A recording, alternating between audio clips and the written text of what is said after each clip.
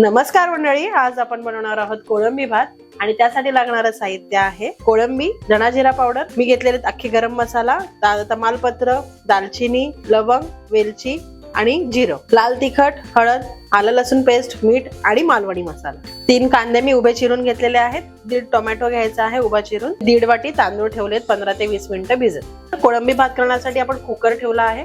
Cooker मध्ये आपण 1 चमचा तेल आणि 2 चमचा तूप टाकणार आहोत। तेल तापले, आपण खडे मसाले टाकून घेऊया। खडे मसाले वगैरे सगळे छान तडतडल्यावरती आपण कांदा टाकून घेऊया। कांदा आपल्याला छान भाजायचा आहे। आपला बघा कांदा होत आलाय आता आपण टोमॅटो ऍड करूया।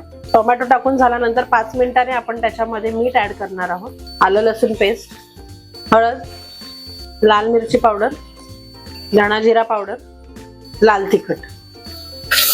5 ते 7 मिनिटं आपण छान भाजून घेणार आहोत त्याला। आपला कांदा टोमॅटो छान शिजला आहे, आता आपण कोलंबी टाकून घेऊया।